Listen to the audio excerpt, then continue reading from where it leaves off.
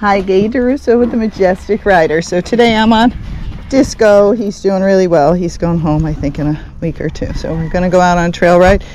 It rained a little bit, so it might be a little bit mucky. We'll just see how it goes. So today I want to talk to you about being a good leader for your horse. Horses like to be with people that are strong leaders because it makes them feel safe.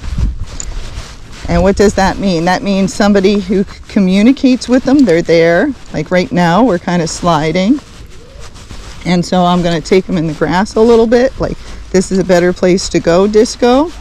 So we don't slide. So I just made a decision. I didn't have him make the decision. I made the decision. So he had a little issue there. I think he wasn't sure if he was going to slide. And he's like, is Gaye making good decisions or not? And I was like, yeah, it is a good decision. It's fine. I see the footing. But sometimes we make bad decisions, and that's just the way it goes. Horses want a leader. It's okay if you make good decisions and bad decisions. That happens. But they want someone who's going to make a decision and not just sit there. So when things start going wrong, they want someone who's going to take over, and we all want that, right? If all of a sudden the world went to war, you'd want someone to tell you what to do and what the next plan is, not everybody just to go, I don't know, what should we do? I don't know. That would just set you in a bigger panic.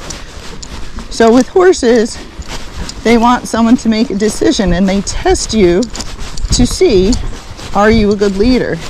And if you pass those tests, many of them will do most anything for you. They're very willing creatures.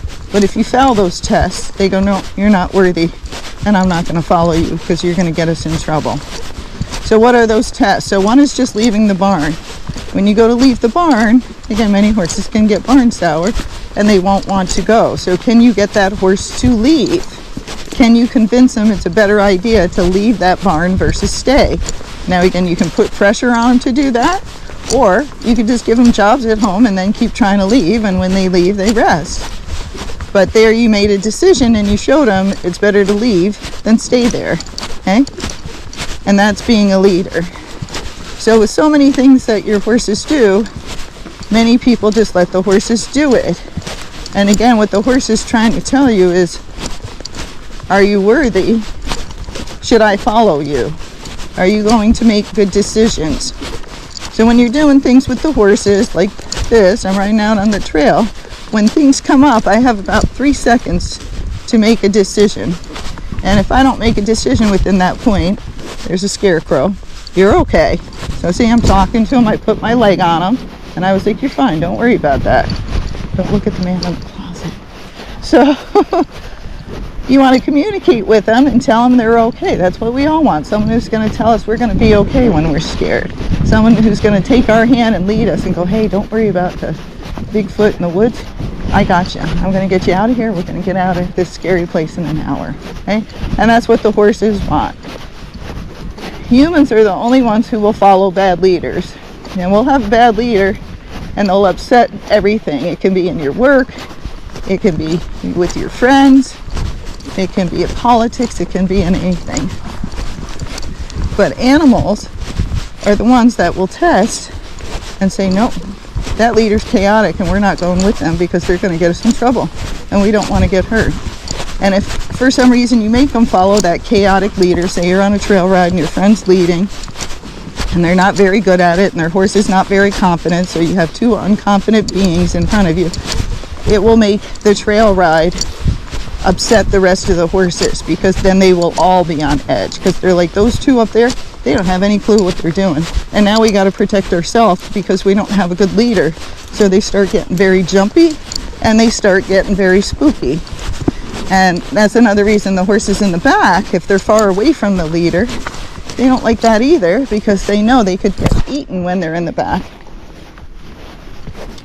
And so you have to start giving them things to occupy their mind, give them jobs to do, and start building trust. Okay?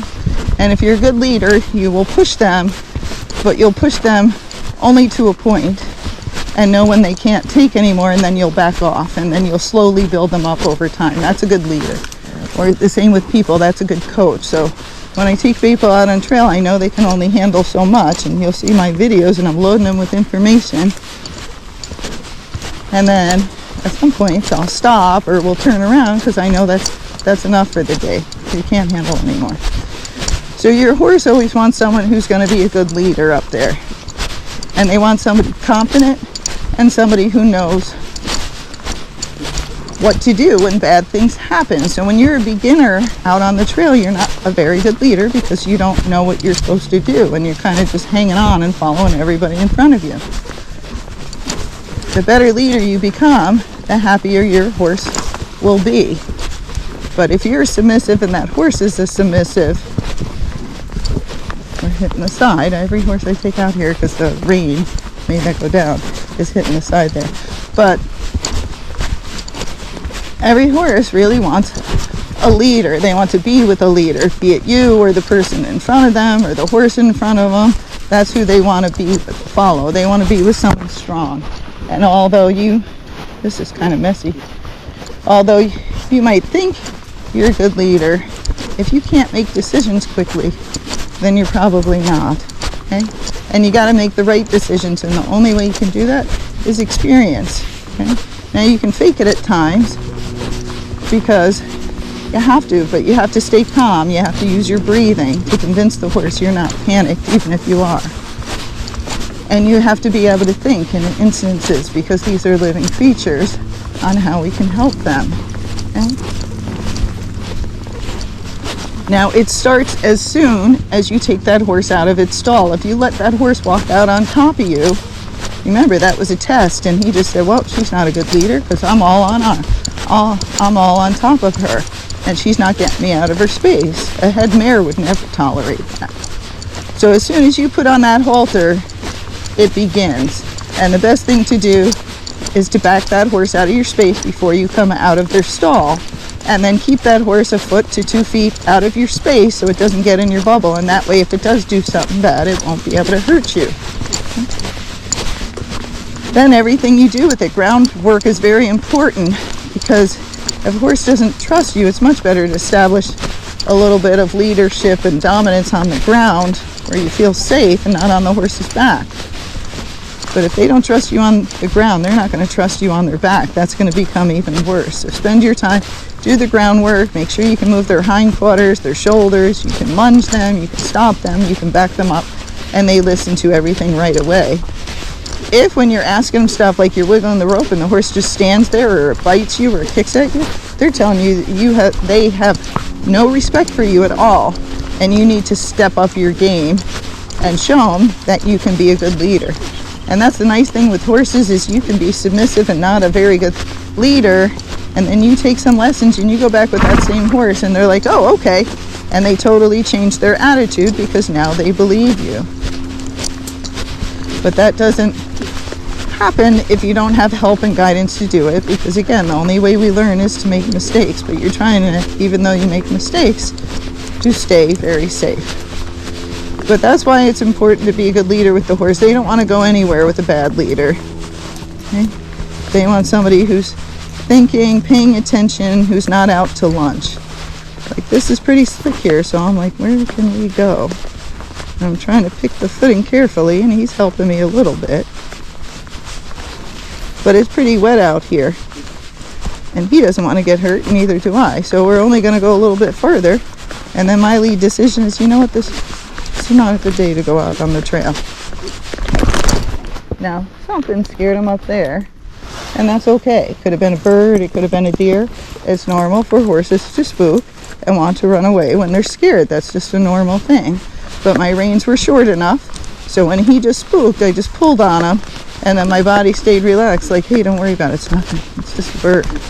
But if I panicked and clenched onto him with my thighs and my legs, and my reins were long, he would have took off, and then by clenching onto him, he would have gotten more scared, thinking of predators on him, which we are predators, and he probably would have ran away some, and then I would have stopped him. But you see, because I'm a good leader and I'm ready and the foot's slippery and I know this is not so good, I was being careful. Now we're going to stop for a minute. We're going to give them a little treat. They're coming out here. And then we're going to turn around and go back. Okay? But when your horse is doing bad things, you don't want to think they're being bad. They are testing you. That's why some horses will be really bad with some people and not do a darn thing with other people. So let's try our turn on the forehand, so we might as well use what we know. And then we're going to slowly go back. Now, that's why when you buy horses online, it's difficult, because some of those people riding those horses don't know the horses do anything bad, because they're leaders. They're dominant and they're good riders and they know what they're doing, and they think, well, this horse is so easy for them, it would be a good beginner horse. But if no beginners have ridden it and they didn't see the horse test any of those beginners, they wouldn't really know. It's not like they're lying, they just think it's so easy for them. How could anybody have issues? Because they forget what it's like to be a beginner. So it's very important when you're buying a horse that you're fitting the right personality with yours and the right dominance or non-dominance with yours.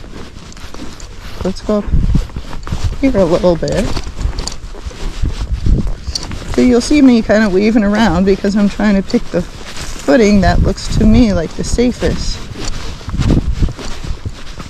I'm in charge up here. I'm not having him be in charge. If I had no clue what I was doing, then I might let him pick. But then that wouldn't show him that I was being a good leader. So we're going to stop for a minute because he had all these issues stopping on the way home. Good boy.